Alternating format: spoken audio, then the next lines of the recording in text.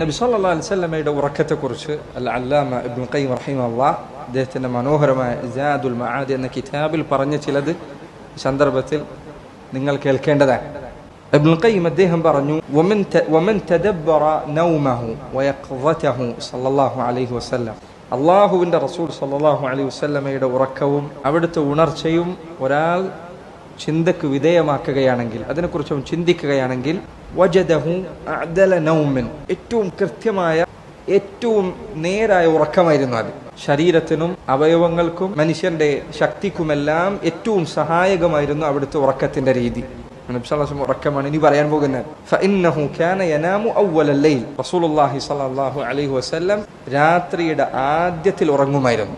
നമ്മൾ പലർക്കും പഴക്കുന്നത് അവിടെ മുതലാണ്. രാത്രിയുടെ ആദ്യത്തിൽ ഉറങ്ങാൻ പലർക്കും പറ്റില്ല. പ്രത്യേകിച്ച് ഈ കാലഘട്ടത്തിൽ ഈ വെളിച്ചവും മറ്റുമൊക്കെ കൂടുതലായതുകൊണ്ട് തന്നെ ആളുകൾ രാത്രി പലപ്പോഴും നേരത്തെ ഉറങ്ങുകയില്ല.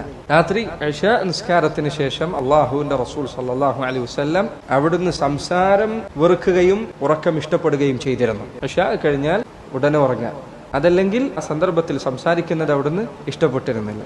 മദീനയിലെ ഉലമാക്കളിൽ ചിലർ ഇശാ നിസ്കാരം കഴിഞ്ഞാൽ അദ്ദേഹം തന്റെ മുഖം മറക്കുന്ന രൂപത്തിൽ ഷിമാഗ് ധരിച്ചുകൊണ്ടാണ് വീട്ടിലേക്ക് നടന്നു പോവുക. ആരെങ്കിലും കണ്ട് എന്തെങ്കിലും ചോദിച്ച് സംസാരിക്കാൻ വേണ്ടി നിൽക്കേണ്ടി വരുമോ എന്ന പേടി കാരണം ഷിമാഗ് ധരിച്ച് ആളാരാണെന്ന് മനസ്സിലാകാത്ത രൂപത്തിൽ അദ്ദേഹം മസ്ജിദിൽ നിന്ന് ഇശാ കഴിഞ്ഞാൽ വീട്ടിലേക്ക് തിരിച്ചു പോരുന്നത് അങ്ങനെയാണ്, വേഗം ഉറങ്ങാൻ വേണ്ടി.